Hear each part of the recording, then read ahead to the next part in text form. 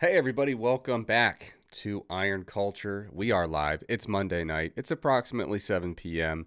We had some minor technical difficulties, but if you're hearing my voice now, we're just going to cut that old stuff. So we're starting fresh. Okay, so tonight I'm joined by the good doctors Eric Helms and Lauren Colenso-Semple.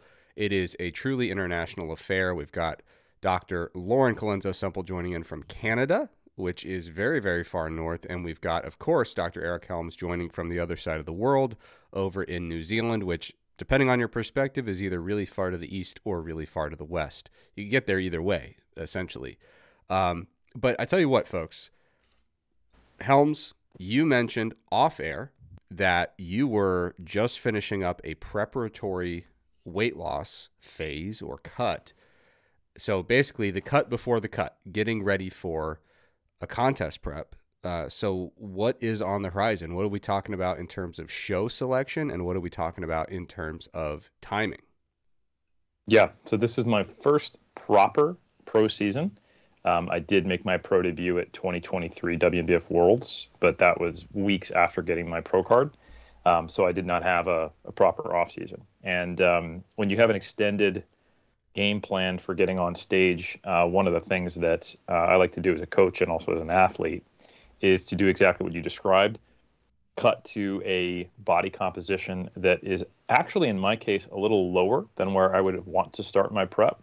So then I can get into a small surplus or at least eat at maintenance for a period to try to dissipate any of those, acute metabolic adaptation effects, any Never heard impact of, there's a guy named Drexler, I want to say, who's written about it. You should look him up. German guy, yeah. He's German, and you can kind of tell in his writing. But anyway, so the idea is dissipate some of that, get rid of any issues with like low energy availability, and just any diet fatigue. But what you don't want to do with one of these is to diet down and then basically just stay kind of suppressed, also behaviorally feel like you're still having to be careful, and then start your diet dieted, which is essentially like, hey, you just should have started dieting and just compete earlier, right? So the idea theoretically is you're competing as close to your lower intervention point as possible without any negative effects, but all the positives of just not having to drop as much body fat during the actual contest prep process. Yeah. And this makes for a higher probability of getting into really good condition, an easier time doing it, a shorter digging window, and not having to do the sprint at the finish that we talked about last time is where you typically see that precipitous weight loss, which you really don't want to see when you can only effectively mobilize so much fat in any given time without losing muscle tissue. So yeah, the competition season will officially start beginning of April, and the plan is to be getting on stage no earlier than September. And I'll be scouting out pro shows. There's a lot of big announcements in the WNBF with new pro shows coming out in Southeast Asia, as well as in the States. And I do want to get back on the world stage to try to see if all this hard work has paid off and I can walk amongst the giants. Yeah. So, yeah. Speaking of you walking, new publication just hit, right? The you Yes. torturing yourself with the calf device. So congratulations on that. Sounded you. really, really terrible. Oh, Yeah. it was. Yeah, So it really a was. brief summary for the good people at home of what that intervention was. Right. So one of the big questions we have about static stretching. So, I mean, what we've known for decades, actually, through some very unfortunate for the animal-based designs that were used, is that long duration, extreme stretching, where you are functionally forcing a muscle into its most stretched position for a long period of time, can result in hypertrophy in animals. But it was only until the last several years where we really observed this consistently in humans, because they got to something that approximated that.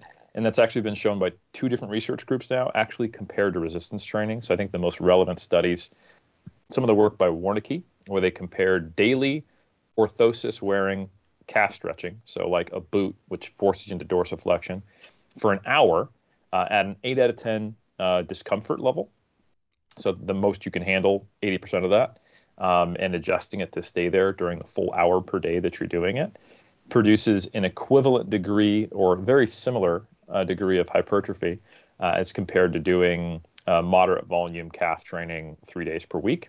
And then Wolin and colleagues said, hey, no, I got good news for you. You don't need to do an hour per day, just 15 minutes 4 times a week. And you go, oh, what's the protocol? And you go, well, actually, it's actually worse.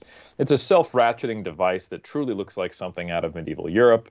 Every time you relax a little bit, it ratchets down and pulls you into a greater degree of discomfort. And, oh, by the way, not 8 out of 10. It's a 10 out of 10. Not sure how this got over the ethical line. So 15 minutes of extreme stretching 4 times a week is equivalent to a similar volume of like pec fly training. So I was very curious when I first saw this as someone who was on a mission in 2022 to be like, you know what? I want to go from bad calves to average calves. And it actually did work. I would say this isn't the reason, but it is something that visibly did contribute to my calf size and calf gains. I was getting to the point where I was doing 4 sets every time I trained 5 days a week, and I would bring them to the front of my training, even if I had compound lifts, more important things to do. I was like, nope, calf training is right there with my other weak point training I did in 2022 prior to my 2023 season. And what we were interested in doing is trying to answer the question of, all right, so it's great. Stretching can induce hypertrophy in humans. Apparently, we are animals, just like animals. But is this redundant for people who lift weights? Because there was that systematic review that came out a couple of years ago that said, hey, guess what? You know what is just a lot like stretching? Going into a deep movement position with weight on your back. In fact, some might even describe that as weighted dynamic stretching. And indeed, it does improve mobility. And there's probably some overlap of the effects of stretching, at least on range of motion, with resistance training. So there's been a lot of chatter on the internet lately as to, stretching is redundant for these hypertrophy gains in trained people. It's only going to produce sarcomeres and series growth. It's not going to change, cross-sectional area or muscle thickness, not to any appreciable degree. I find that to be a very strange hypothesis based upon the animal data, where you see big changes in muscle volume, cross-sectional area. And since they're actually dissecting these animals afterwards, you're seeing sarcomeres in series and in parallel to a great degree, huge increases in size. So I don't know why they would think that would be different in humans. And even more so, they've done it in de-innervated muscle. So they couldn't actually be contracting during it in one study. So anyway, the animal data wouldn't lead you to speculate that that's the case. But it is fair to say, hey, maybe this doesn't work if someone is already essentially stretching, which is resistance training. And the proposed mechanism, if you read some of the research by Warneke and like their reviews, is mechanical tension. And I think if you take a very surface level perspective on that, you go, well, that's the same mechanism as resistance training, mechanical tension, redundant. And I'm not so sure, because there's like 5 mechanosensors we're aware of, and they do respond to different mechanical stimuli, which makes sense. So I don't think broad brushstrokes of mechanical tension should be applied. I think there are different ways of getting to mechanical tension that may have different adaptations. So our question was, all right, what if we take a bodybuilder who's already doing a high volume of calf training, who's been training for close to 20 years, and what happens if we have them stretch and do calf training?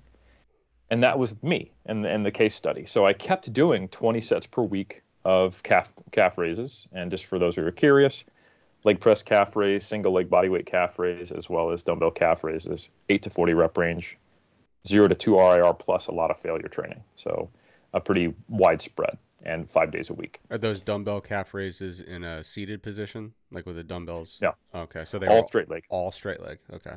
Correct. Yep. Why did you choose those particular exercises? That's what I got in my home gym, and what I knew I could always reliably do. Yep. And I could also do it when I was traveling, which was important. And yes, I did wear the boot during a plane ride to the U.S. And did I get some weird looks? 100%. And did I wear the boot that had to keep me up at night at Jeff Albert's house because I forgot to do it until 11 p.m. and delayed my sleep to do it? Yes, I did. Did I miss any days of wearing the boot?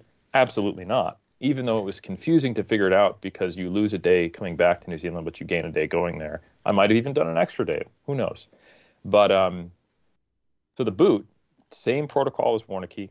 It puts you into an extreme stretch, and I kept it at an 8 out of 10, and I had to keep tightening it over time. Eventually, I got to the point where there was no more overlap on the Velcro, and I was using push pins and industrial grade like paper clips and stuff for like those huge documents when you sign your home loan to keep it in place. and hated it because my dumbass only got one boot, and I was not doing a design where I only did one calf. So cool statistically, I did both legs. So how do we have something to compare to within me? So the upside of that is I get to tell you about single subject research designs and how to observe real change. The downside is I spent 2 hours, 6 days a week. That's the only difference from what Warnicki did. I didn't do 1 day a week as a recovery thing. But yeah, 2 hours in the boot. And I'll tell you what, 20 to 30 minutes in, I would reliably get pins and needles and tingles because it was so uncomfortable.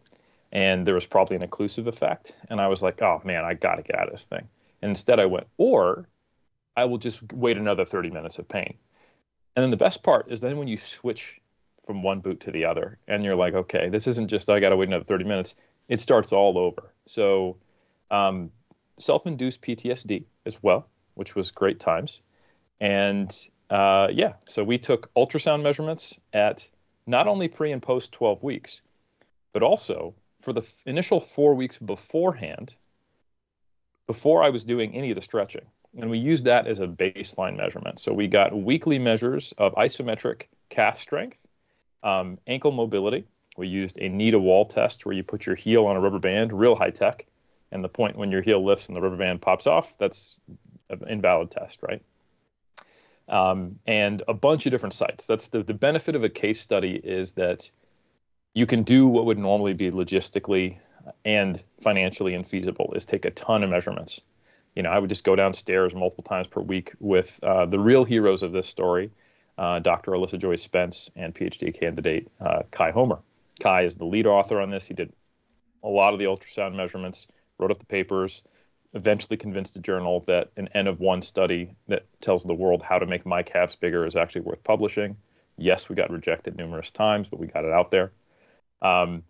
But yeah, so we got these baseline measurements, and what we did was we determined what the standard deviation of all of our different measurements was across those 4 weeks. And we operationally decided that if a change was greater than 2 standard deviations, we would count that as a real change. So when you look at the figures in the paper, you can see where those bars are. And then one other thing that I really like is that after the 12 weeks of stretching, so this is 6 hours per week and 20 sets per week, one of the concerns, and I know the critiques we would have is, how do we know you're not just chronically inflamed? You know, and how do we know what the real change is?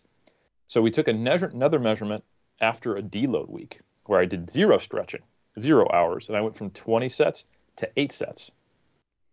And some of the measurements did actually fall back below what would be considered a real change, but several did not.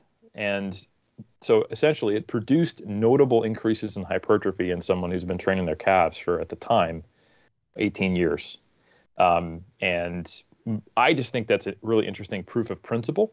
And we did some other things. We measured, we estimated changes in fascicle length. We looked at pennation angle as well. And we didn't see increases in fascicle length, which kind of chips away at the hypothesis that it's just sarcomeres and series. And yeah, we saw relatively large changes in muscle thickness, depending upon the site, between like 7 to 25%. And that may sound big from a percentage perspective. It's not a huge absolute change. And again, it's only real if it's more than 2 standard deviations. So I would just encourage people to look at the open access preprint that you can find and take a look at some of that. And the supplementary material, you can see the isometric calf raise, the way we did that. You can see the protocol for the knee-to-wall test. And you can also see the boot that I was wearing and the position I was in. So Helms, here's the real question. After doing that, 2 hours a night, all the pain, very tedious, have you done it at all since the end of the case study? No, I have not. I absolutely did not put that boot back on. However, I have continued to stretch, and I have very intentionally made sure to use a full range of motion. And I typically do a 1 to 2 second pause at the bottom of my calf raises.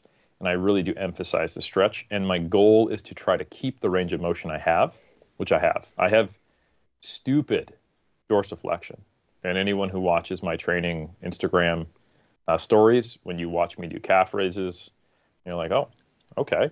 I didn't know that Eric is actually a 17-year-old Chinese weightlifter who can do that. But this is the benefit is you get to do it, and not even wearing Olympic weightlifting shoes. I got a little bit of heel. It's just Air Maxes. So Yeah. Well, yeah, that's the reason I ask is because, you'll see a lot of studies where they're testing some kind of intervention, and the study has essentially two objectives. One is to quantify the effect of the intervention. Number two is to assess the feasibility and acceptability of the intervention. And so you can have an intervention that's very good, very effective, but if there's poor tolerance or acceptability, then you have a new hurdle, which is, how do we carry over this benefit that we've shown, this kind of proof of concept, but how do we then deliver that in a way that is more acceptable to people such that they will feasibly adopt it and implement it? So yeah, it sounds like a little bit of both worlds there, where the preprint kind of demonstrates that proof of concept, proof of principle, and of course that's supported by other randomized controlled studies in the area. But it does kind of suggest, like you were saying, this isn't redundant. There seems to be some additive nature of this stretch-induced hypertrophy. And then you say, okay, well, I don't want to do that for 2 hours a night for another X number of weeks and months. But how do I carry those principles over, maintain what I gained from it, and put that into practice? So it sounds like folks, if you are a member of the smaller than you want calves club, which a lot of people are based on internet jokes, that seems to be the case, sounds like stretching is something they can add to the mix. Yeah, and this is a completely infeasible, ridiculous protocol that I would recommend to no one. I would, however, propose that based upon Wolden's study, you could probably get something reasonably comparable by trying to find a way to get your calf into a really, really, really good stretch for 15 minutes versus an hour, 3 to 5 times per week. And I think that is actually feasible. And I think it's also something you can implement when you don't have access to certain equipment. When I travel and I'm really just can't find a gym, hamstring and calf stretching is, well, you can do single leg bodyweight calf raises, but hamstring stretching has been really useful. Yeah, if I don't have a partner with me to do Nordics, some parts of your legs, like you can absolutely do sissy squats, but figuring out how to train your glutes and hams and lower back, that's a tough one when you don't have gym access. So yeah. The one thing I would say is that this is, of course, a case study of me, and we don't know necessarily that everyone would respond the way. I mean, I am human, as I've been told, but it very well could be that certain characteristics make stretching better or worse. There was a comparison of men and women, and one of Wernicke's studies, and the women were lower responders to the stretch on average, and they also were more flexible at the start. So there certainly is something to, if you are less flexible when you stretch, you will be able to induce a higher degree of mechanical tension. So your mileage may vary. If you're a yogi, if you have been an Olympic weightlifter for years, if you just love to stretch, you're probably not going to get a tremendous more out of it. But just things to consider. And recommending how to stretch your calves, this is one of those things you kind of feel out over time. I think most of the typical ways, like your track coach taught you to stretch, like kind of that semi-downward dog position, or like you're reaching over and getting your foot if you're also stretching your hamstring, none of those are that great.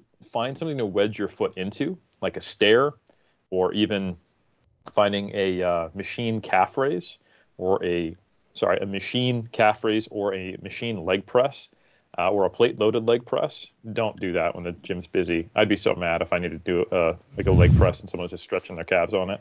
But those are great. You can kind of wedge your foot in, and because the gastroc is biarticular, flex your quad and try to straighten your leg as much as you can. Your mileage may vary how much that bothers some of the nerves and blood supply that go through your leg, but I already told you this is not comfortable. So just be prepared. It's no fun. So it's not the little shortcut where you can say, whoa, look at this weird little trick. Instead of lifting the weights, I can do this stretching and get some hypertrophy. It's it's a long cut. Yeah. It's like if you're going to choose this instead of resistance training, it would be like, oh man, I'm in line to catch this new jet. They brought the Concorde back. It's going to get me there in an hour. You know what? Instead, let me get a dinghy and a paddle and I'll go ahead and take 3 days to get to that same location. Yeah. What do you think about the possibility that increased flexibility ends up increasing your range of motion when you're actually doing the loaded exercise, and then that could somehow be contributing to the greater hypertrophy as opposed to the stretching in and of itself? There's a lot of ways this could be complementary, Lauren. That's the thing is, I was when I was trying, like that's the thing, the classic applied exercise science thing is, okay, we saw what we saw, and let me wildly speculate on some complete possible bullshit in the discussion, right? So some of the proposed mechanisms by why stretching may do what it does is that it is prolonged ischemia, so it's hypoxia. Another one is that it is just mechanical tension, the Titan's getting tugged on, it's doing its thing. And another one could be exactly what you said in the specific case of doing it with resistance training, is that as you gain more mobility, you're then accessing it and providing a higher level of tension than you would be able to get in the stretch, but from actually doing, loaded calf raises later. So they could be, just from a very practical perspective, complementary. I think that is also possible. Well, very interesting stuff. And Helms, this was supposed to be our little 5-minute intro banter kind of thing. And I mean, you stole the show in a good way. So we'll be excited to keep tabs on your progress as you transition into your contest prep in the coming months. And hopefully folks who are listening will be interested to check out that preprint, and the published paper is available now as well, I think. Is that right? We actually didn't preprint this one because we don't believe in open science. No, it just we didn't, and we kind of just submitted it, and we thought it would go a little faster. Oh, but the published paper is open access, though. It's open access. It's fully out, and it's kind of hilarious. We didn't preprint it because we were like, we got this done. It's short, it's tidy, it's good, and everyone's like, I'm not going to publish this crap. You mean the author's this participant, and it's, a 1,500 word case study on stretching the calves, and nobody would ever do this? Why would I publish this? And I was like, that's a good point. Yeah. What journal did it end up going to? Actually, it got in a pretty decent journal. I think it is Physiological Reports. Let me hold on. Okay. Before I'll get it wrong. It is, Physiological Reports. All right. Very nice. All right. So we got to keep the train moving here. And Lauren, you've been patiently watching Helms talk about calf hypertrophy for about 20 minutes. But really, when we did our little pre-show meeting, Lauren is the star of the show. The main topic that we wanted to cover tonight is a topic that Lauren addresses in the forthcoming issue of the Mass Research Review, which will be published February 1st, realistically, probably a day before February 1st. We tend to publish the issue early so that no one can ever say we were late. But you'll have an article coming up that talks about menopause and hormone replacement therapy. So the floor is yours. I want you to set the stage and frame it in the way you feel is most appropriate. So I'm handing over the metaphorical microphone, and take it away. Well, I'll say no one has ever written about menopause in mass before. And when we had talked about it, I would venture to guess that perhaps the crew had shied away from it because it's something that you might perceive as not affecting you. And so therefore you didn't write about it. And Wow. Perhaps you weren't interested in it. Can I take a moment to say that Trex, no longer are you ever allowed to give Lauren the opportunity to tee it up on her own to set the stage? Because I didn't think it was going to be so great. Since you guys are sexist and selfish, you haven't written about it. But I decided to write about it because I'm a far better person. But take it away, Lauren. Thanks for that. Appreciate it. That was my mistake. I'll have to make sure we set some tighter constraints on the introduction in the future. I can bring the receipts on this one because in a chat, Dr. Eric Helms said, this sounds like it will be really interesting for our menopausal subscribers. And I said, you know what? It's actually interesting for everybody because many of your clients, if you are a male trainer, are in that category. Perhaps your partner is or will be in that category. And of course, friends, clients, your mom. I feel like this will somehow end up impacting you. So, Can I just say, I was reading a stat the other day that approximately half of people are women. Is that true, Lauren? I would say yes. Yeah. So it does affect those people as well. But that's my hook for why if you're not somebody who will go through menopause, you still might care. And I just wanted to jab the good Dr. Helms. the funny thing, this is the thing about text, is I getting the impression that you took that comment as a tongue-in-cheek comment, like, oh, this will be good for our menopausal readership. Believe it or not, and hand to God, hand to my mother, by the way, I was being completely serious when I said that. I was like, you know what, this would be good for our subscribers who have gone through menopause. And I was thinking from the perspective of like, we do things that hit our largest cross-section, but we definitely should have topics that are also relevant to the minority of our subscribers that are still important because they matter too. And I can definitely see in retrospect how that might have been misperceived as going like, oh, good, our menopausal subscribers got all 8 of those. That's not. No, I wasn't interpreting it that way. I was interpreting it as that it would be interesting to them, genuinely interesting to them, but perhaps not super relevant to the broader readership. And in the process of writing the article and really diving deeper into the history, I think that there's a lesson there that's really relevant to anyone interested in evidence-based practice. And so that's really my point to hammer home that, don't tune out just because you're not in that, smaller subsect of our readership. Be better than me is the message. And that's a low bar that I believe everyone can meet. And with that, I'm going to shut up for a while and let you continue to take away before I continue to defend myself. Yeah, and Helms, unnecessarily. For next week's episode, do you want to do a live reading of your apology letter, or do you want to pre-record that and I'll just run it as the intro? I feel like if we do it live, what could go wrong? And and they'll see the sincerity. You might want to do it, pre-record it. You might need a few takes, but just get it to me by Monday. Got it. Yeah, will do. And I dare say perhaps you overestimate the readership, listenership that's interested in this horrific calf training that may or may not work.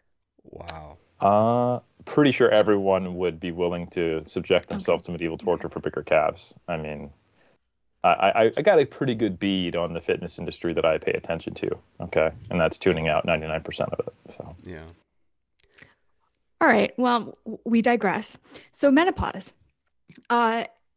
For a brief background, often we refer to menopause or perimenopause or the transition into menopause. So just to sort of clarify some of that terminology, menopause is actually like a moment in time. So it's defined as having gone 12 months without a menstrual cycle. But the moment is the moment in which that occurs. So the perimenopause time period is categorizing that transition between premenopause, when you're having regular menstrual cycles, and menopause, when that stops and has ceased for 12 months. And so that's marking, the end of reproductive function. And what really struck me was the variability in the experience of women who are going through this transition. And I very much recognize this from the work that I've done with menstrual cycle phase-based training and tracking cycles and measuring hormones, in that there's just so much variability. There is no expectation about the magnitude or the timing of these hormone fluctuations. And I would say that's even more so during this transition, because the length of that perimenopause can vary. It can be a year, it can be a couple of years, and the symptoms that people can experience can be nothing or can be debilitating. And the on and off of the severity of the symptoms or the presence and absence of those symptoms are a concern for a lot of individuals, because you're experiencing these irregular cycles, like shorter cycles, unusually long cycles, longer menstrual bleeds, shorter menstrual bleeds. And that is driven by these sort of erratic hormone fluctuations that are really unpredictable and that can underpin some of these symptoms. And so in some cases, you might go a couple of weeks with terrible symptoms, or even a couple of months with terrible symptoms, and then you'd have a couple of weeks or months of relief because the hormones have restabilized. So this, it sounds like a mess, and it really can be for about 75% of people. And these symptoms can also persist long past that transitional period. And so the average onset age of the onset of menopause itself is around 50 years old, but there are reports of a large percentage of people still experiencing symptoms into their 60s and even into their 70s. So this is a potentially big deal, and one that can last for a very long time. And when we're talking about symptoms, the most common ones are things like hot flashes, night sweats, migraines, anxiety, low libido, urogenital symptoms like vaginal dryness, and low mood. So it really kind of spans the gamut from physical symptoms to also ones that are more related to mental health. And unfortunately, a lot of women don't necessarily recognize those symptoms like anxiety and low mood as being tied to menopause. And so while night sweats or hot flashes are kind of like a hallmark symptom that people will associate with menopause, often some of these other ones they don't identify as being tied to that, and therefore don't maybe get help or seek treatment as much as they might if there were more broad awareness about the prevalence of these symptoms and the association with that transitional period.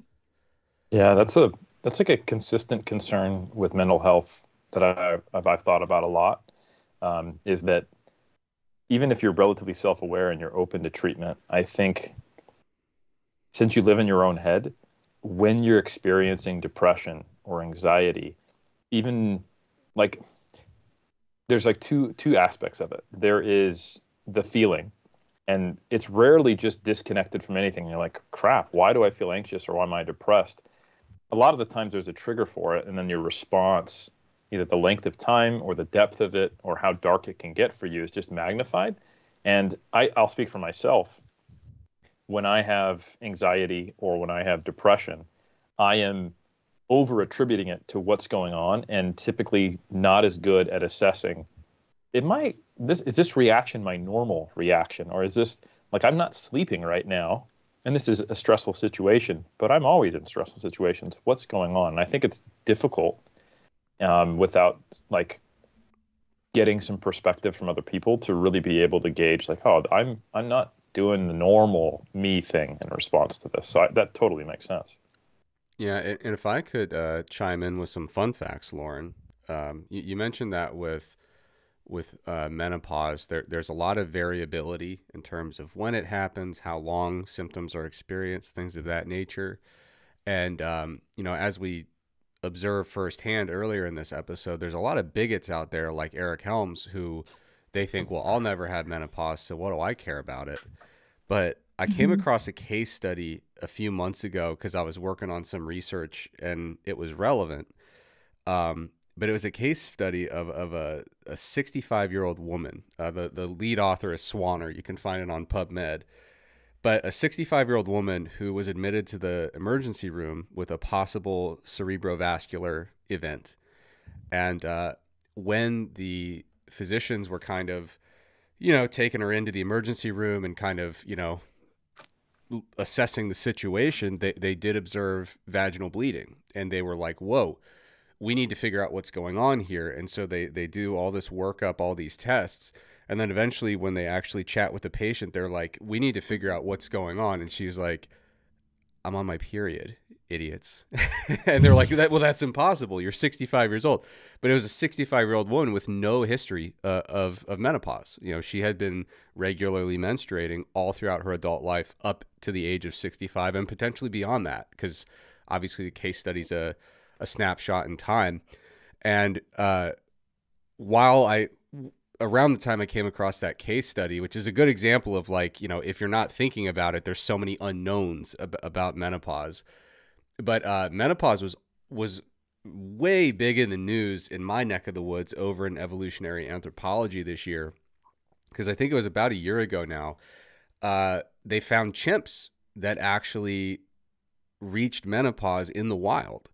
And for many people, including me, who don't actually have a background in evolutionary anthropology or biology, the response was, so what?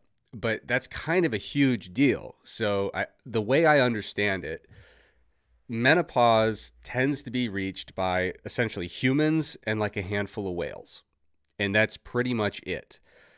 So to observe chimps reaching menopause in the wild is a really huge deal for essentially recontextualizing how we view menopause from an evolutionary perspective and how we make sense of its potential function within, you know, an evolutionary context within a population of organisms, in this case, humans. So anyway, menopause has been on the mind for me over the last year, and it's a really fascinating thing.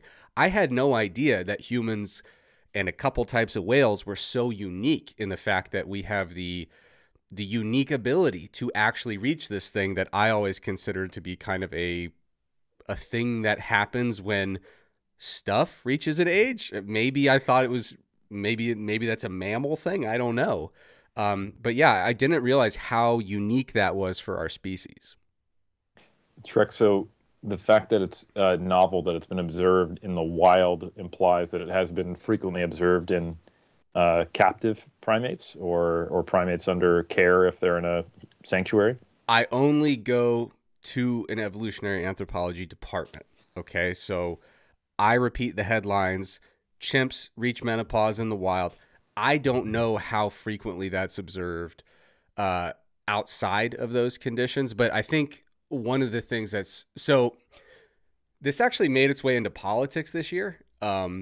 So a political candidate, a major political candidate in the United States, was trying to recount some evolutionary anthropological theory with regards to menopause. And there's a common theory known as the grandmother hypothesis, which is the concept is that in humans, the kind of evolutionary role of reaching menopause is that older females in the population of humans, in this little cluster or cohort of humans, will then kind of reallocate their time and resources toward supporting bringing up the younger generation of children within that cohort of humans.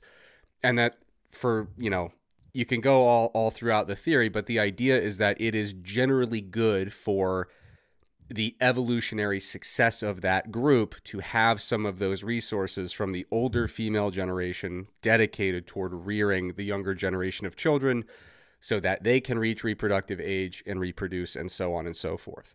So a politician was trying to, I think, allude to that. And then, you know, the game of telephone happened, and I read the headlines that said, like, so-and-so said that grandmothers' only function in society is to be nice to their grandkids. And I was like, I see where that was supposed to go. And I also see where it went. And that's kind of a mess.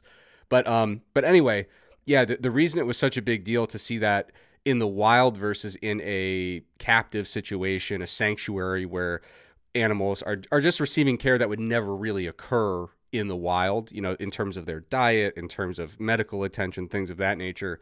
The reason that's so unique is because if you're going to make hypotheses about the nature and, you know, theoretical purpose of menopause as it pertains to evolution, you have to view it within a setting or context that actually applies to evolutionary constraints, right? So once you take that species and put them into, frankly, an evolutionarily incompatible setting and context, you can no longer reverse engineer those theories and say, oh yeah, that now that we see they're reaching menopause, now it makes sense, right? So I think that's probably why in the wild was such a big deal. But I don't want to take us on a huge detour, especially because I've said literally everything I know about that.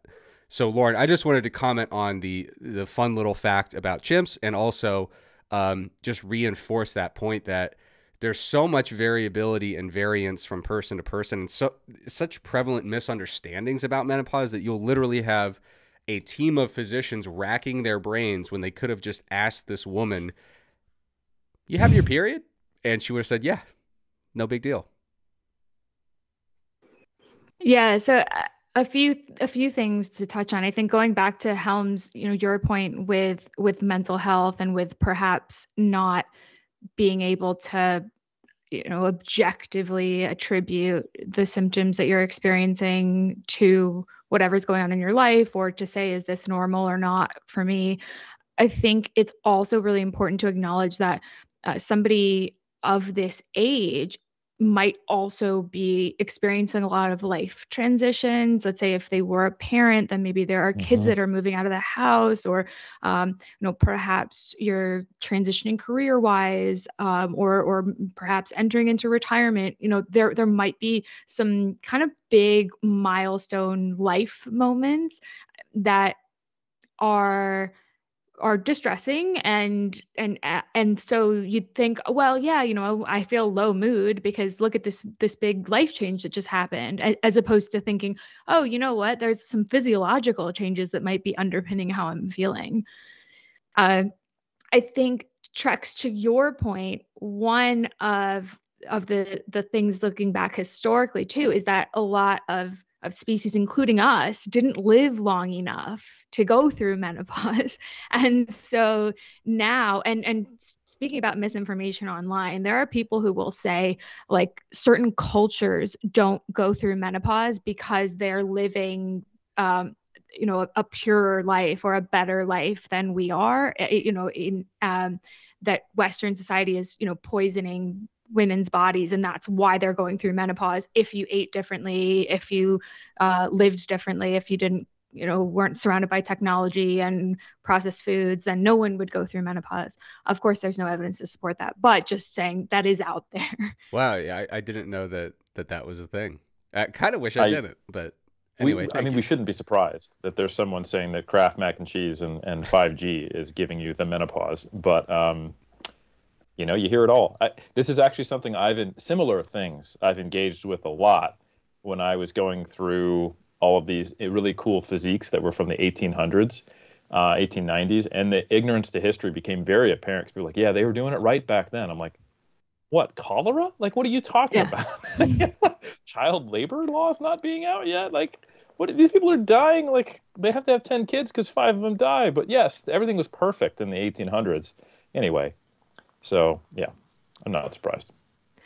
Yeah, and I mean that was one of the points I really touched on in my article, and taking a deeper dive into this was just recognizing how much media and social media really affects the public perception of what is menopause, what should this transition look like, and how should we cope with these symptoms if they're present. And these days there's a lot of, hey, take this herbal remedy, take this supplement, take whatever nutraceutical that I have, it's hormone free, and that's the route that you should go. And the kind of fear mongering about it being hormone full or hormone free stems back over 2 decades now to a study from the Women's Health Initiative. And that is a group of studies. The Women's Health Initiative, in fairness, still exists today. They're still doing research today.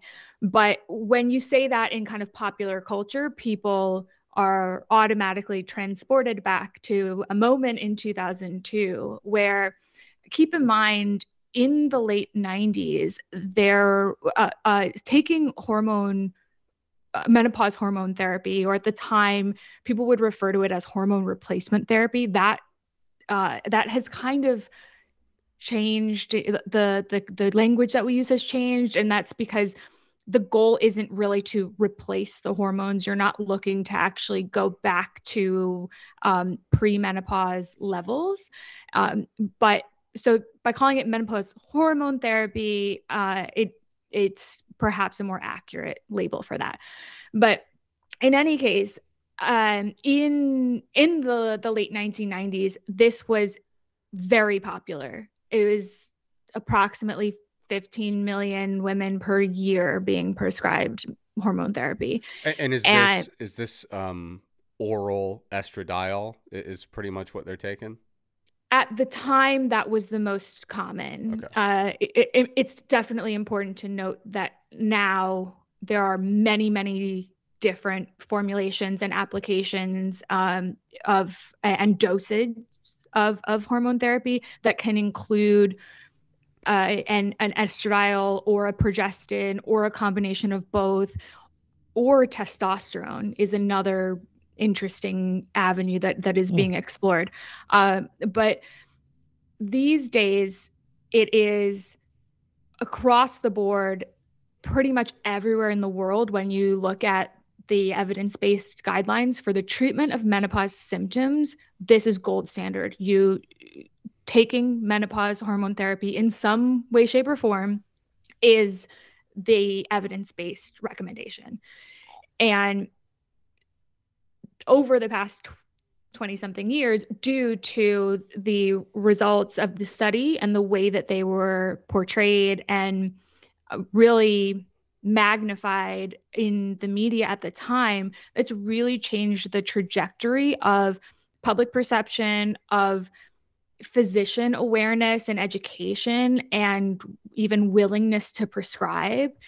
So at the time, there was a study that was stopped prematurely. So it was supposed to be an 8-year study. They terminated it early, and there was a big press conference that came out.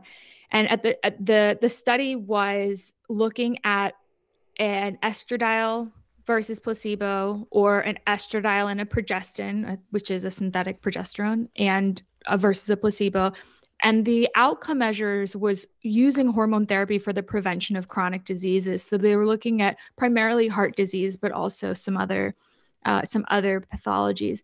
And they had a sample that was of a very big age range. So it was, I believe, 50 to 79. And they lumped them all together. So I think you had maybe 30,000 people, and there wasn't any attempt to look at the group, the results, or do any sort of statistical analysis that would say, hey, what if you're 50 versus 75? At what, or how far away are you from menopause? And hey, since we're looking at chronic diseases, more of those are going to happen anyway when you're 75 or 80 than they are when you're 50 or 55. So there were a lot of things that were problematic with the study design. But long story short, there was a huge press conference and announcement. They terminated one arm of this trial. It was the combination of the estradiol and progestin, because they were observing incidents of breast cancer. And the headlines went wild. And overnight, it was like, hormone therapy is terrible. And people stopped taking it, like just like that, without even consulting their doctors. The physicians who were prescribing it at the time were just flooded with concerned calls from terrified patients and from the media. And the way that it was really a kind of fear-mongering time on subsequent talk shows of people coming out, scientists who were part of the study, who didn't really have any media training and didn't really understand how to present statistics in the way that the public would understand. And they were talking about, they were kind of mixing up, relative risk versus absolute risk, and making it sound like if you take hormone therapy, like you're getting breast cancer and you will die. Now, of course, since then, there were many, many analyses of that data, many, many criticisms of the methodology, of the statistical analysis, of the way that it was portrayed by the media at the time. And in the past 2 decades, there have been many, many more studies on hormone therapy, not only for a variety of menopause symptoms, but also for prevention of various chronic diseases. And none have received as much media attention as that first Women's Health Initiative, headline did. And the result of that is 2 decades of people going through this transition and making choices about their health that were guided by a media frenzy. That's unfortunate. This is a great example of the bullshit asymmetry principle, which is the not real, like, established mathematical principle that it takes so little relatively to put BS out there than it does to correct it. And, we've talked about this previously, Trex, when you came full double barrels after Andrew Huberman, just voraciously attacking him for what he had amplified. And it was really more of a personal attack than anything about any of his work. It was just... I think it was supposedly about hand cooling or something like that, but I mostly just remember the attacks on his character. Yeah. So I thought it was a beard competition, like his is better. Yeah. I think his is not better. Yeah, he's got no one is better than your beard. I will defend you have a really solid beard. Yeah. Thank you. I appreciate that. Look at that. No, I think that's a fantastic review, Lauren, but it does just show you how important science communication is, and the responsibility that you have to bear when you do it. And it's something I know that we all think a lot about, and we sometimes get it wrong ourselves. And the stakes are a little lower in most mass topics, but yeah, when you are doing a study that is impacting the entire female English-speaking world, at the very least, then that's a really high bar. And I don't know if this is just something that's more common in, Oceania, but it seems like HRT, or I should say menopausal-related hormone, it's because, like you said, it's not replacement therapy, but hormone therapy for easing the symptoms associated with menopause that are negative, is on the rise right now. So it seems like the good news is this isn't like a complete lost cause. It's not just totally canceled, and that there is people willing to actually prescribe this, and there's a change in the attitudes of doctors, and hopefully that'll carry on to the public. Is that something that you guys are also seeing? Well, that's a good lesson for you, Helms, given that you've got your apology coming up. You can always get uncanceled. You can always takes me get 20 years. Yeah. I can't wait. But anyway, Lauren, he had a real question. Yeah, I think there are some, but it's very frustrating for them because they feel like they're a voice that isn't heard. And I see this from physicians and from researchers in this space, that it just feel like not only the public perception, it was just kind of ingrained in people, and that still persists today, that, oh, that must be bad, or even this climate of people who are on some kind of hormone therapy don't want to discuss it with their friends because there's going to be a fear of judgment from their social circle, because there's still this sort of stigma associated with it. But also, and I think this is the most unfortunate part of this, is that physician education about menopause hormone therapy took a big hit. And so it was really no longer a part of the training of somebody like a general practitioner, or in Canada, you'd call it a family doctor. And in a lot of climates where you don't necessarily go to specialists, or you have to get on a huge waiting list to go to a specialist, or you need a really specific reason and you need to advocate for yourself to see a specialist, that puts women in a really difficult place, because if the one medical professional that you have access to doesn't really have a background in hormone therapy, they're not going to be able to guide you appropriately. Yeah, I mean, it's in many parts of the world, like you have to see a person to get a referral to see a person to see a person. And if the only person or if the only specialist who is training is an endocrinologist who can tell you that, and by the time you're even thinking about it, your mom is going, oh, no, no, no, no. I remember when I was going through menopause, I got off that immediately because I was pretty sure I was going to die or get breast cancer. Didn't you see the Women's Health Initiative? How many barriers do you have to clear to even have access to that? When, as I've seen, and as you wrote about so eloquently in the forthcoming Mass issue, there's actually some really strong data indicating that hormone therapy can be extremely effective at reducing some of these negative symptomologies associated with menopause that are pretty, like, they're important. We're talking about mental health here. It's like, it sucks to have breast tenderness. It sucks to have, like excessive bleeding or really erratic premenstrual symptoms and shorter periods or longer periods while you're going through this. But the fact that you mentioned they can last into your 70s and it can also impact things like depression and anxiety, I think that is, I think it's a really important thing that you wrote about. So yeah, I'm glad you're part of the solution and that you were able to clear the hurdle of both myself primarily as well as Trexler's not only sexism but ageism. Don't We don't like pull me into that. You can put me down for ageism. ageism. Yeah. Yeah, because actually, you know what? I am in a protected class myself, being over the age of 40, and I have receipts on all of you MFers on the number of times that I have been called out for being old. So Yeah.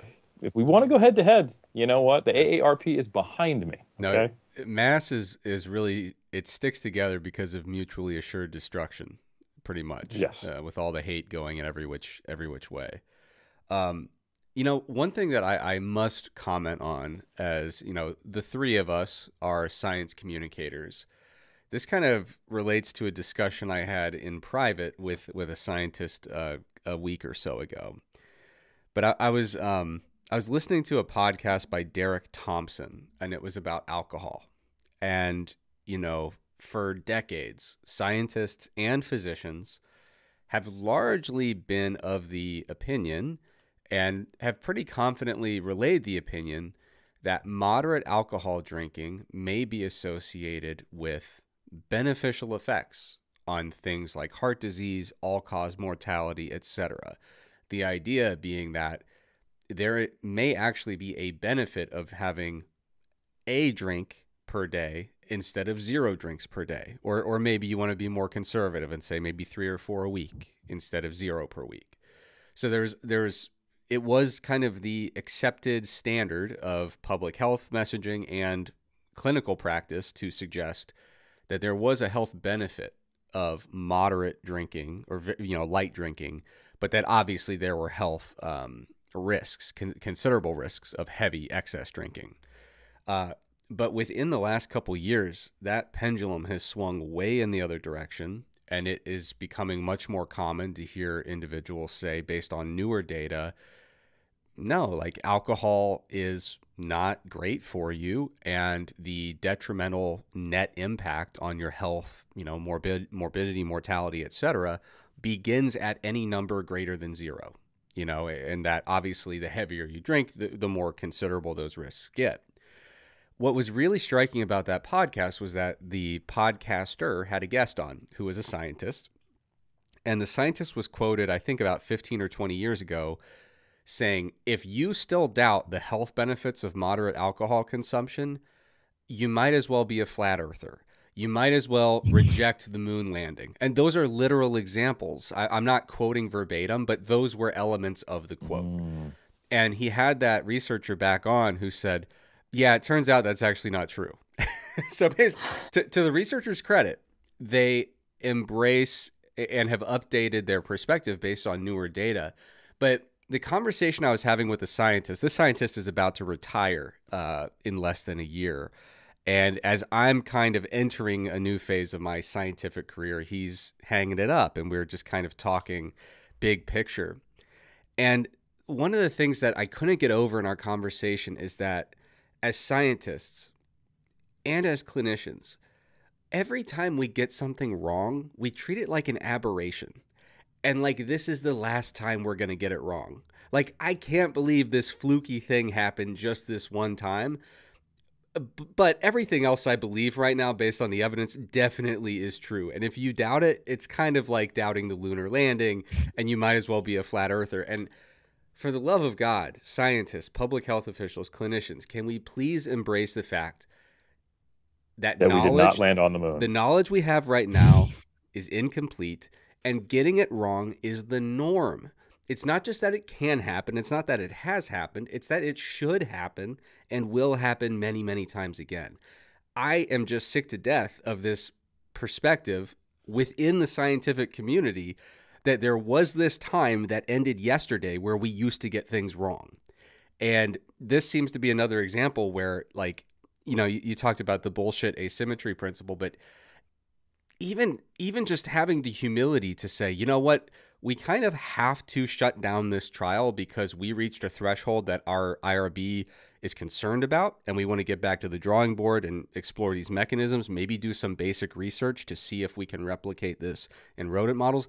There's a responsible way to shut down a trial for a finding that doesn't turn out to pan out and be a robust, generalizable, repeatable finding. But man, it is just so frustrating to see the messaging so quickly become absolutely certain.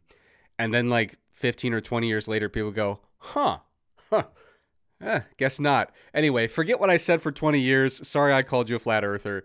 But yeah, do the other thing now. So that's something I just had to get off my chest because it's been brewing up in me. But Helms, you brought up, like I said, the bullshit asymmetry principle. And Lauren, I want to not challenge you, but I want to ask you about two elements of hormone therapy, menopausal hormone therapy, that I don't think they fall under the umbrella of bullshit. I think there are some plausible health concerns one might have about menopausal hormone therapy, and I want to run a couple of them by you. So when I think about potential risk of taking any kind of estrogen-centric hormone therapy, there are three things that come to mind. The first one I'm not so worried about, but when oral contraceptives, oral hormonal contraceptives first hit the market, first generation, there were some vascular incidents that were reported. There was an elevation of things like deep vein thrombosis and some vascular issues.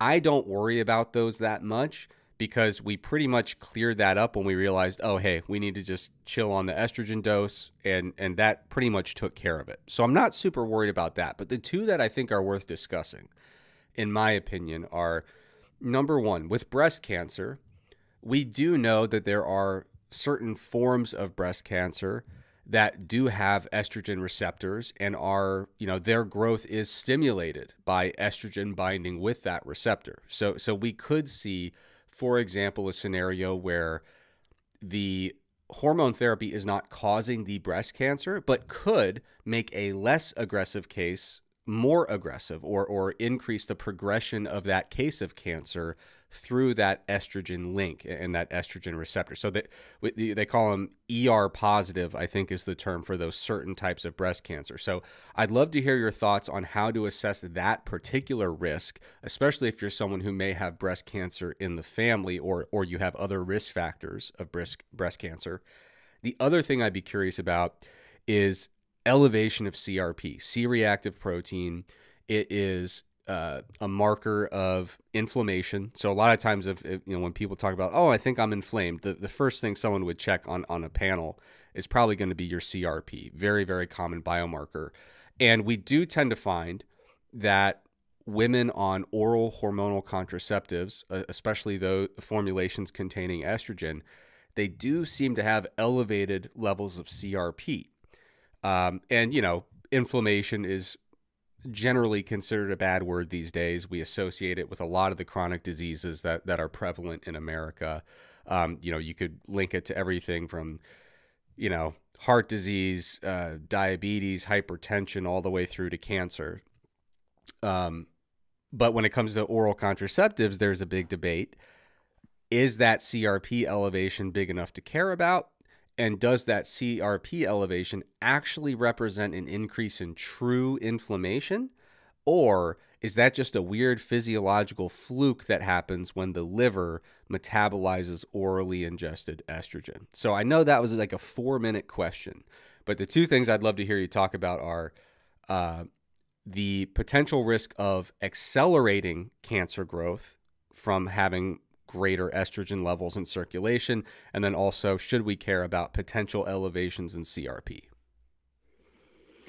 Yeah, so I think one point that addresses both of those concerns is all of the developments in the types, the doses, and the administration of the hormone therapy. So while oral was sort of the step one of hormone therapy, these days there are patches that are applied to the skin. There are vaginal suppositories, and so those will attempt to administer the hormones more locally and have less of the systemic effects that you're talking about.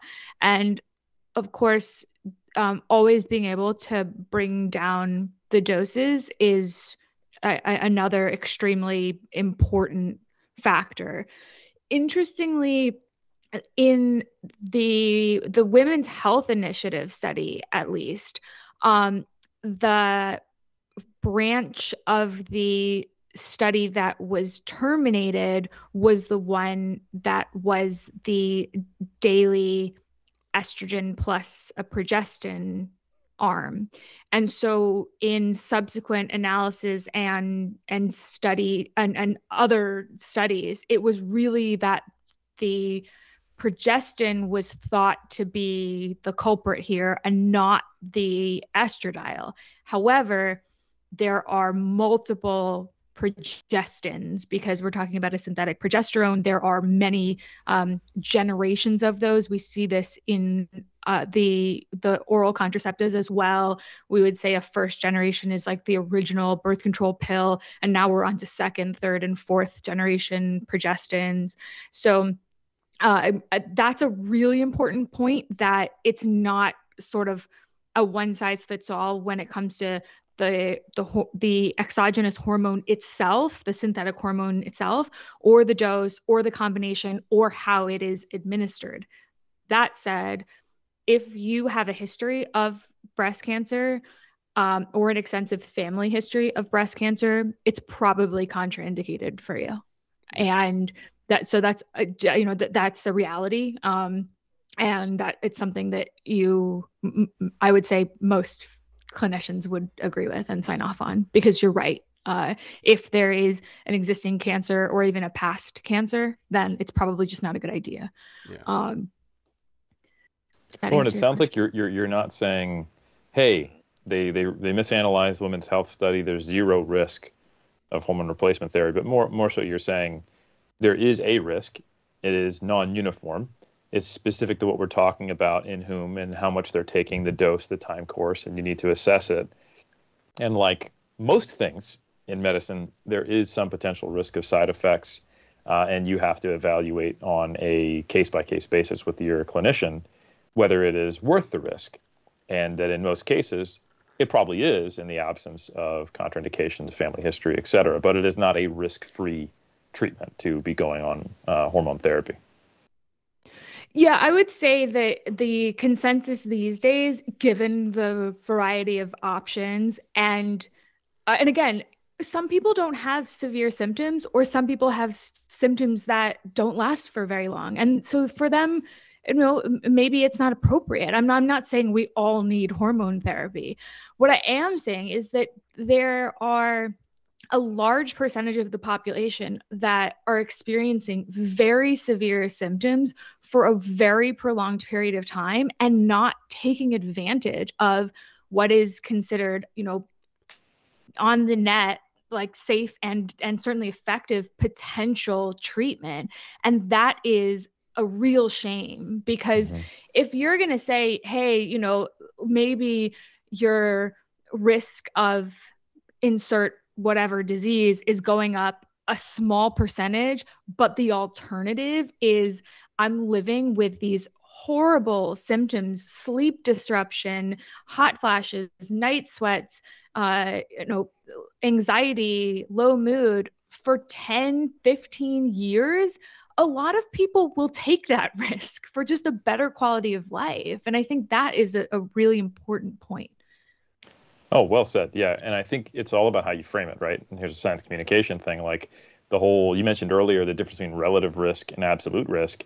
If you say to someone, yeah, there's a 1% higher chance you can get cancer, they're thinking that they're at an absolute risk higher than 1%.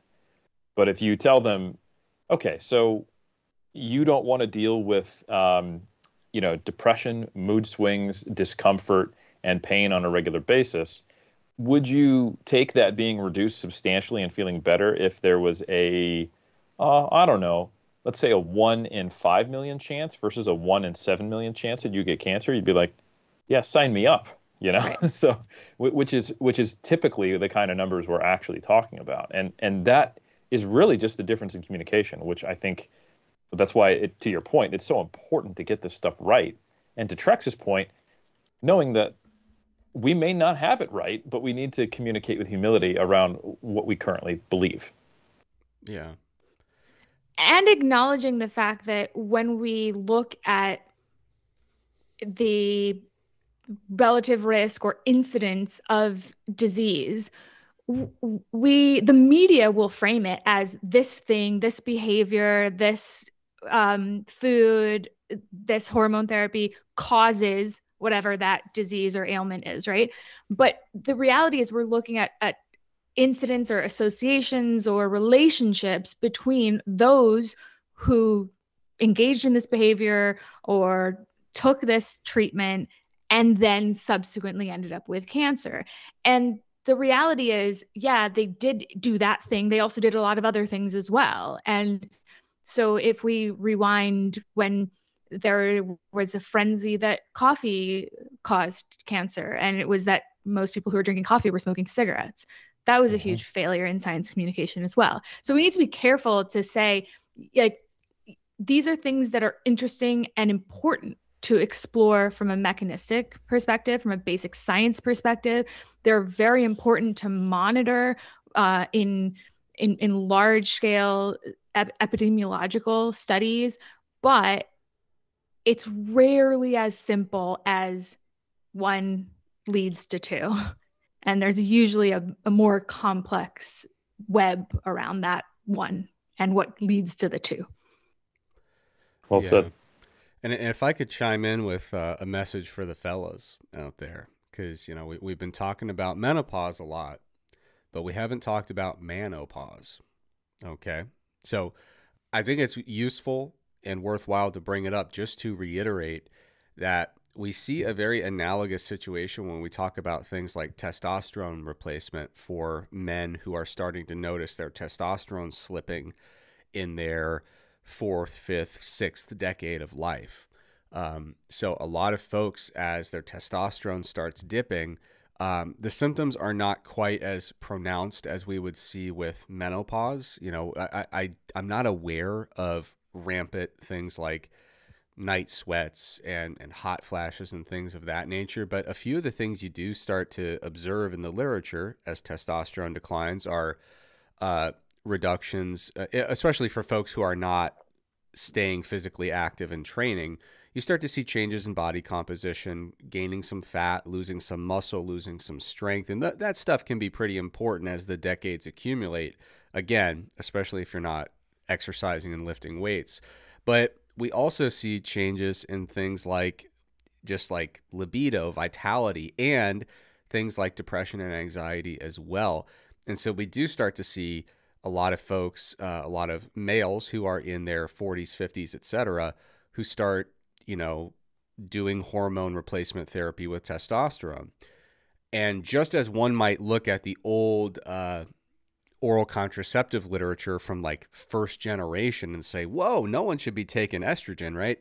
You start to get into the nuances and say, well, it depends on the dose, the form, how much you're taking, how you're taking it, how often you're taking it, how high are the levels getting relative to what you experienced earlier in life. There's all these different layers to it. And so the same thing kind of goes with if someone were to ask me, I'm 50, my testosterone is really low. I feel like crap. I have all these different symptoms of low testosterone and they're reducing my quality of life. If they were to say, is testosterone replacement therapy risk-free? I would say not in a blanket statement type of way. You could find a way to create health risks with testosterone. Have you heard of the IFBB? It exists, right? But but then you start talking about, okay, well, are you going to take some kind of like super harsh oral preparation, or are you going to inject it? Those are very different risk profiles. Are you going to take a small dose or a really big dose? Those will probably have very different impacts on things like your myocardium and your blood lipids. And then, the same thing, if you are, a woman with a lot of risk factors for breast cancer, having really high circulating estrogen can be a threat or a risk in terms of how aggressive the growth of that breast cancer tumor may be. And the analogous situation is true for men with prostate cancer. If a man gets prostate cancer, last I checked, I'm not a physician, although I did get my doctorate from a medical school, as I often say. But I believe it's still common practice that they will essentially try to take your testosterone levels down to zero. They'll do androgen deprivation therapy if you have an active case of prostate cancer, because I believe most, if not all, forms of prostate cancer, their growth is accelerated in the presence of testosterone. So again, it's not that being on testosterone replacement therapy is going to give you prostate cancer. However, if you do have prostate cancer, you do not want to be on testosterone replacement therapy, not at all. So these risk assessments are complicated, and you do have to make some really, so you have to really give some thought to the idea of what are the symptoms I'm experiencing, to what degree do they impact my long-term health trajectory and my current quality of life, and how do I weigh that against the potential risks that may be associated with this treatment. So Lauren, fantastic job. I just had to drop a little bit in there for the fellas who don't care about the women in their life. It's so hard to believe, but there are people like Helms out there everywhere. Millions of them. Can I just say, unrelated to that last jibe, which I will just laugh at and take, the TRT craze that is currently happening, as well as the pushback against the fear-mongering around estrogen and progesterone replacement therapy, are two examples of the incorrect message being communicated. And we're kind of trying to push on, like, our fingers on the scale in two different directions on these, because right now the narrative is that your testosterone is probably dropping in your 30s. It is probably the cause of all your problems. And TRT is only going to do positive things, and you're going to love it. And I would just encourage everyone to go back and listen to our episode with Dr. Ben House all about TRT, because it's a really good episode, and there's some eye-opening statistics. When you look at the data on this, there was a really important thing that Trex did as a qualifier in all of his statements. For people who are not active and physically exercising, that was the qualifier. The reason being is that when you look at active populations who are not with obesity, who are not smoking and drinking, you actually don't see reliable decreases in testosterone even in the 5th decade of life. You typically don't see it until the 6th decade reliably in the studies where you're looking at those other factors. And additionally, some data indicates that after a year or two, 8 to 9 out of 10 men who went on TRT are no longer on TRT. And unlike perhaps estrogen replacement therapy or progesterone during the period of menopause, where you see these really reliable benefits, again, that's in the context of people who are actually experiencing negative symptoms and seek treatment. And right now, the assumption is with men, any negative thing I have, and I stubbed my toe, it's probably because I've lost coordination from low testosterone. How old are you? 28, but I feel like it's all been downhill since 27. And no, it has nothing to do with every single fitness influencer on the planet giving me a literal affiliate code for a gray zone legality TRT clinic that I can get online with no blood test. I just have to say I've been feeling tired lately, and then you will mail me, without actually seeing me in person except over Skype, some stuff for me to inject in my blood or some patches to put on myself. So, folks, poor science communication can go both directions, and it can take us to extremes that make no sense in either case. And that's why it's so important to have an accurate view of the data. And that's why you, dear listener and dear live watchers, are tuning in with us live every single Monday, and we're glad to have you. Yeah, I also I can't help but remark on the just the glaring I can't think of the right term for it, but it is quite a glaring discrepancy where it's like you know, there are so many people just kind of nudging completely healthy men with normal testosterone levels. Like, why don't you go ahead and just get on TRT anyway? Like, why not? Right. And at the same time, we've got all these women who are like in this perimenopausal period, and they're like, I have some like really disruptive symptoms that are reducing my quality of life. And people are like, there was a study like 20 years ago. Why don't you just sit with that? Why don't you don't do anything at all? Just deal with it. That's probably a juxtaposition that requires some commentary that I'm not prepared to give. Well, the good news is it is equal in that everyone is getting bad advice. So Yes. we've got that going for Yes, us. that's the equality we're looking for. Bad advice Well, for everybody. I'll chime in and say that everything I've talked about with the cycle syncing and the premenopausal women, they're getting bad advice too, right? Because the message there is everything is about your hormones. Change your work schedule, change your exercise program, change your diet, change your social schedule, all based on, you know, this menstrual cycle phase that you may or may not even be in. So across the board, it's bad. Like, I think the general take home here is, you know, maybe it's not about your hormones. And, but if it is, then get the appropriate treatment and advice. Yeah, and honestly, I think really the takeaway is just don't be getting advice. Don't be listening to anyone. Like, Yeah. just find Why that, are you even listening to this podcast? find that intuition that lives deep in your belly, below the rib cage, right? Tap into that when you have any uncertainty in life, and don't listen to podcasts. Don't go to the doctor. Don't do any of this crap, because nobody knows what they're talking about. Right, Lauren? And whatever we say now, we're probably wrong, because Yeah. in 2 decades, we're going to be saying the opposite. Yeah, but So- now, like, the things we say, we know they're being recorded and archived digitally. So at least we have the foresight to not compare, like, plausible skepticism, like credible skepticism. We know not to compare that to being a flat earther. So at least we have that going for us. Because I don't want to be called back in 20 years by some podcaster and having to defend why I said that. So let's all be careful. The only thing I really took ratios. from what you said was that the Earth may or may not be flat, because you keep going back to the flat Earth. Like, you seem to be very triggered by those claims. So Okay, then we can do the lunar landing. Is that still in the realm of possibility? I don't know. Last I heard, a flat earther went down to Antarctica. The sun didn't set, and he was like, "Huh, that's weird." But anyway, if you prefer, we can go more with the landing on the moon element of it, and that does bring me to the final thing I want to address. Someone in the live chat said they are absolutely gobsmacked that I'm not watching Ohio State play football right now. I am committed to the community, okay? So I'll get caught up on the game in due time.